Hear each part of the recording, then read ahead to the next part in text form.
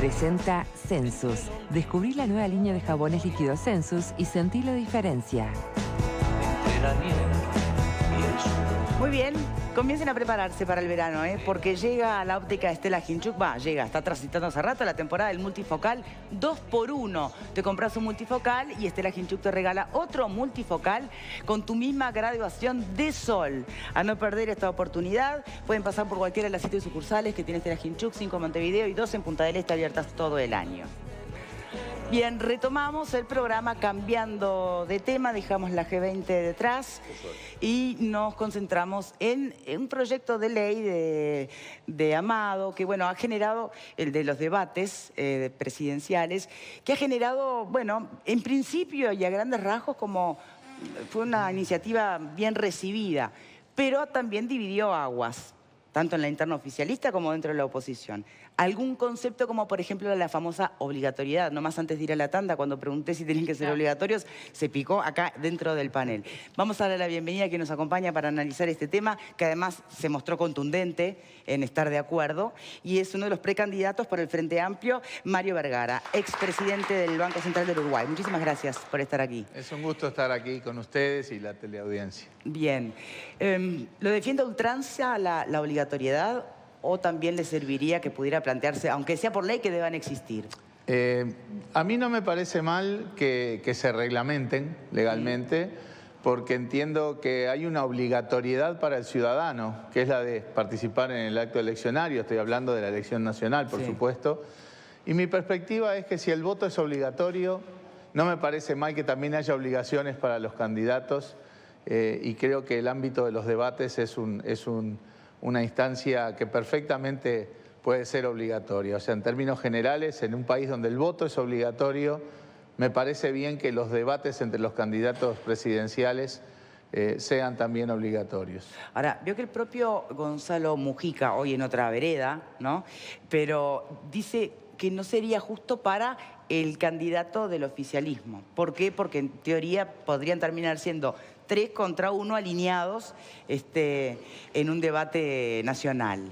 ¿Qué opinas sobre eso? Bueno, acá hay 2 criterios que seguramente habrá que tomar en cuenta todos. Uno es el de si uno incorpora como parte de las reglas electorales, como parte de las reglas del proceso electoral, la existencia de debates. ¿Cómo será ese diseño? ¿Cómo será ese diseño? Que obviamente tiene que tener principios de tratamiento igualitario, que obviamente tendrá que tener elementos que aseguren la imparcialidad, etcétera, ya es otra historia. Una segunda cosa en paralelo es la evaluación que se hace muchas veces en términos de conveniencia electoral. Esa lógica de, bueno, el que va ganando no quiere debate, el que va perdiendo pide debate. En la medida en que esto esté reglado y sea parte del proceso, esa especulación electoral tiene que quedar de lado. ¿Qué hacemos con el contenido de los debates? Porque lo que se propone desde algunas voces es que exclusivamente lo que sea un contenido de programas. Lo que de alguna manera podría acotar, para evitar el escándalo, plantean, ¿no? A ver, para que el debate sea útil, no hay que transformarlo en un show. Acá la idea es elegir un presidente, no elegir un showman. Claro, pero también es cierto que si no hay debate que remita también a las responsabilidades, por lo menos recientes y pasadas, todos pueden mentir en una campaña electoral y prometer cosas que después sabemos no se pueden cumplir. Eso se puede hacer sin debate igual. Por supuesto, pero digo, si el debate va a ser lo mismo que, ¿no? Entonces... yo creo que las cuestiones de evaluación de lo hecho por los distintos partidos políticos que están en disputa es absolutamente pertinente que esté sobre la mesa. A ver, en general, nosotros no vamos a reinventar la rueda. Hay debates presidenciales de alto nivel en un montón de países serios del mundo. Así que será cuestión también de ver... Y también hemos asistido que sean golpes bajos que también no le sirven a nadie. En el fondo la ciudadanía es inteligente y sabe cuando las cosas están fuera de lugar. En general los uruguayos no lo premian. Por lo tanto, también el estar de acuerdo con los debates pasa por confiar en que la ciudadanía tiene la capacidad de discernir las cosas serias y las que no lo son. Pero en todo caso, en los países donde hay debates de primer nivel, se fijan reglas, se fijan tiempos, se fijan temas, se fijan cuánto tiempo tiene cada uno para hablar propiamente del tema y también espacios para que los periodistas, que también obviamente tienen su responsabilidad, hagan sus preguntas, su intercambio. O sea, yo no le temo a la cuestión por temas de diseño, creo que eso se puede llegar a acordar. Sí, seguramente. Bien. Es más bien la cuestión casi filosófica, diría, de que voto obligatorio, los candidatos tienen que debatir. ¿Por qué estás contrario a esa postura? Porque siguiendo el razonamiento del economista Vergara, si, digamos, la piedra fundamental de su razonamiento es el voto obligatorio, yo estoy en contra del voto obligatorio. Por lo tanto, si esa relación es directa, y yo creo que él razona bien en ese sentido, yo creo que el razonamiento es correcto, como yo estoy en contra del voto obligatorio, por lo tanto estoy en contra de que sea obligatorio el debate, lo cual no quiere decir que el debate me parezca algo malo, como tampoco me parece algo malo el voto, al contrario, el voto me parece muy bueno, el debate me parece muy bueno, pero me parece que una democracia la obligación de expresarse, bueno, me parece que pone un signo de interrogación sobre la libertad del sistema. Bien, pero dejá de lado la argumentación sobre la que construye Vergara, la obligatoriedad del voto y la obligatoriedad del debate. Olvídate que ese es el argumento. ¿Qué se gana y qué se pierde, desde la perspectiva de la ciudadanía, que un candidato a presidencia esté obligado a debatir? Lo que pasa es que volvemos al mismo concepto inicial. O sea, ¿por qué la ley, que es el reflejo de la voluntad general, tiene que obligar a un candidato a hacer aquello que voluntariamente no desea hacer? ¿Por qué? ¿Por qué? No hay ninguna razón lógica, ni legal, ni democrática que permita, digamos, fundamentar que en una democracia uno está obligado a hacer aquello que no tiene voluntad de hacer. ¿No sería un derecho de la ciudadanía escuchar lo que piensa el candidato? Pero tiene muchas oportunidades de satisfacer ese derecho, muchísimas oportunidades, incluso el debate en la medida en que sea voluntario.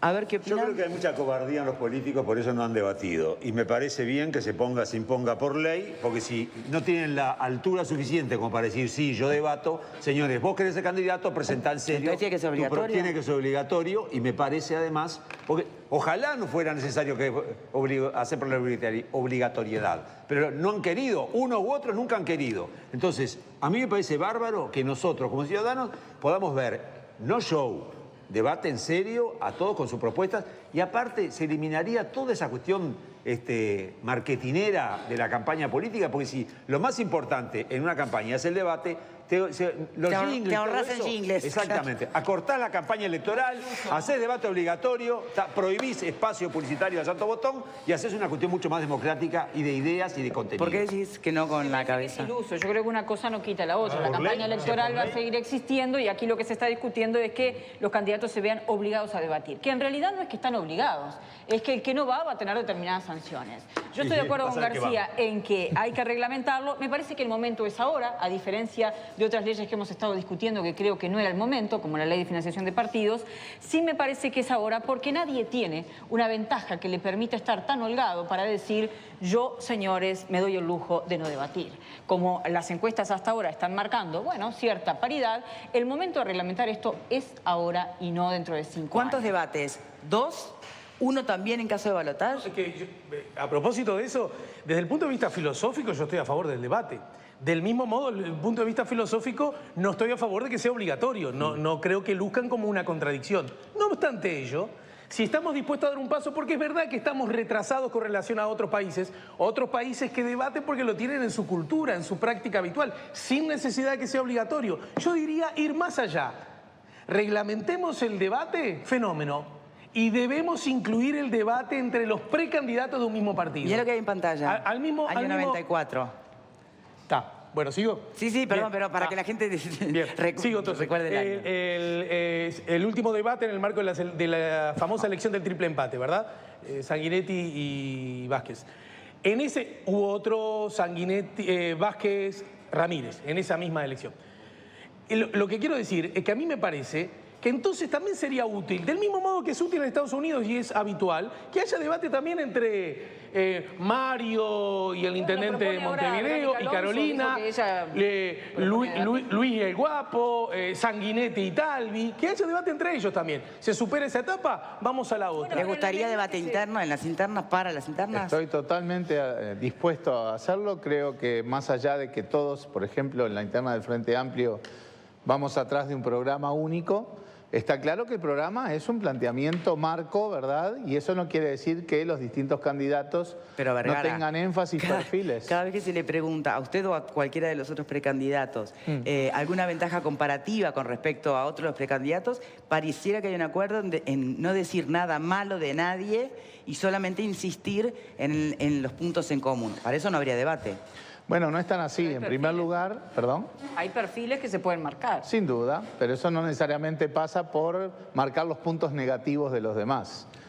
Tampoco creo que tenga que hacer eso en el debate de repente contra candidatos de otros partidos. A mí me parece que el debate es de ideas, pone focos, pone énfasis, marca perfiles, ¿verdad? En el debate de ideas también hay confrontación. Claro. Y no necesariamente el punto es denigrar al otro ni nada por el estilo. Dios quiera no ocurra eso en ninguna de las instancias del debate. Yo estoy dispuesto a debatir en esta instancia, tanto con compañeros que compartimos la competencia interna del Frente Amplio, como con precandidatos de los otros partidos, sin ningún inconveniente. Ahora, Mario, eso lo puedes hacer sin necesidad de ley. yo estoy dispuesto, ni hablar. Sí. Pero es más, si sigo mi razonamiento de que la obligatoriedad del debate lo asocio a la obligatoriedad del voto, ¿sí? Yo estoy de acuerdo con la obligatoriedad del voto. Con Graciano después discutiremos si hay que hacer una reforma constitucional, porque para cambiar la obligatoriedad del voto hay que reformar la Constitución. No plantearía los debates obligatorios en la interna porque el voto no es obligatorio. Pero sí considero que los debates son deseables. Los debates obligan a los candidatos a ponerle a la ciudadanía con claridad sus perfiles. Pero en la interna... También. Sí, pero me pongo en el lugar, a ver, son de interés, sin duda que para todos, pero también... no hay una cierta, necesidad de resguardar a veces, ¿no? Dentro de una interna, ciertos aspectos, digo. Por supuesto. Tal vez ante la mirada de los votantes de la fuerza política, pero por cadena nacional, debates en la interna. En Estados Unidos es por cadena nacional y es entre los debates. Exacto. ¿Sí? Yo creo que no es incompatible el debatir. Voto obligatorio. En Estados Unidos no tienen voto obligatorio. Para nada. Para nada. Con más razón, entonces. A la interna uno tiene que cuidar equilibrios, por supuesto, Claro, pero no solamente en un debate, en toda la campaña, porque está claro que si compartís una fuerza política, ¿verdad? Hay elementos que te unen en esa fuerza política. Además está claro que quien gane la interna va a liderar a todos los grupos, incluidos los que compitieron en la interna. O sea, ese equilibrio entre marcar un perfil, marcar fortalezas que son diferentes en los distintos precandidatos, no va en oposición a una lógica de fortificar la fuerza política. Es más, yo creo que el hecho de que no haya competencia en una elección interna, lejos de fortalecer a una fuerza política, la debilita. Por lo tanto, no veo incompatibilidad en tener debates en el ámbito de la competencia interna, si bien al no ser obligatorio el voto, yo no lo plantearía como una cuestión obligatoria, pero sí deseable. Bien. En el caso de la elección nacional, sí me parece que... Permítame agregar otro elemento que siempre se ha manejado, sobre todo para quienes tienen cierta resistencia al debate entre candidatos a la presidencia, y es quienes hacen énfasis en creer, tal vez sea cierto, no lo sé, quiero escuchar sus opiniones, que la gente, más que atenta al contenido de los discursos o el debate en sí mismo, pareciera, estar atenta a gestos, actitudes, vestimentas. A ver, el lenguaje corporal y lo no dicho está probadísimo que también es comunicación. Pero entonces, ¿qué hay detrás de quienes tienen miedo a eso? ¿Y qué hay detrás de quienes entienden que es un elemento más a considerar y no a esconder? A mí me parece que ese mismo razonamiento se podría hacer con el marketing político, los jingles, los avisos en televisión. O sea, ¿cómo procesa la ciudadanía todo lo que pasa en términos de marketing político o en un debate? Se escapa del control del candidato, dice. Sin duda, es la ciudadanía la que lo juzgará y después va a definir su voto en base a todos los parámetros que cada uno entienda conveniente. Uno no puede dirigir esto.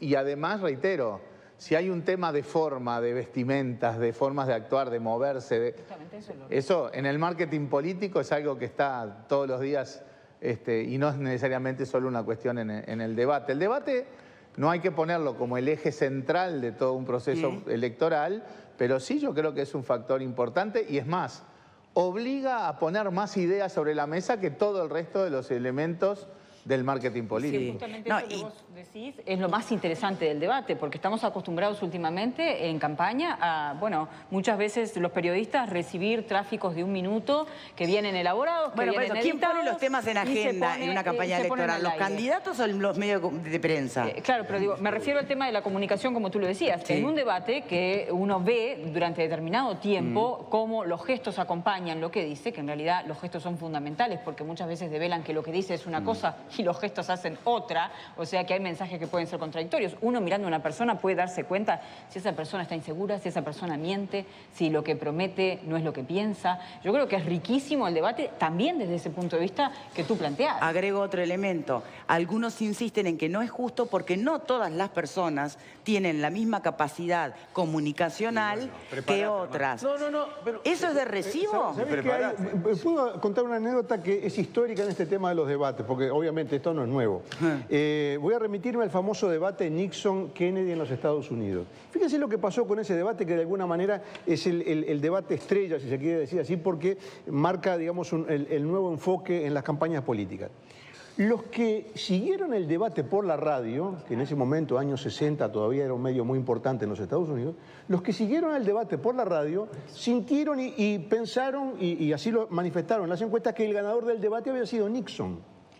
En cambio, los que siguieron el debate por la televisión dijeron que el ganador había sido Kennedy. ¿Y por qué? Justamente por lo que tú decías, porque Nixon había parecido cansado, medio barbudo, su imagen era un poco oscura. Entonces, el que estaba mirando la televisión, y justamente eso prueba que los temas de contenido son secundarios. ¿Por qué el mismo debate? Para el que lo siguió por la radio lo ganó uno y para el que lo siguió por la televisión ganó otro. Porque el ¿secundarios o en paralelo? Porque si es secundario, ¿para qué hacemos debate? Pero el mismo debate, a lo que voy es que maneje la comunicación. Verónica, venimos de ver a Trump tirando... Pero esto es lo que pone en cuestión... Pobre, en mi pésame a la intérprete, yo que soy traductora, me imagino el momento que debe haber pasado. Pero esto es lo que pone en cuestión, es el énfasis que se pone cuando se dice, no, el debate permite confrontar ideas, programas, y etcétera, y objetivos. También también confronta imágenes, también confronta estilos. Entonces, el mismo debate, el que lo escuchó por la radio ganó Nixon y el que lo vio por la televisión ganó Kennedy. El mismo debate, las mismas ideas. Señores, tengo que hacer una pausa y ya regresamos con los debates de hagamos un debate y vamos a la pausa. Ya venimos.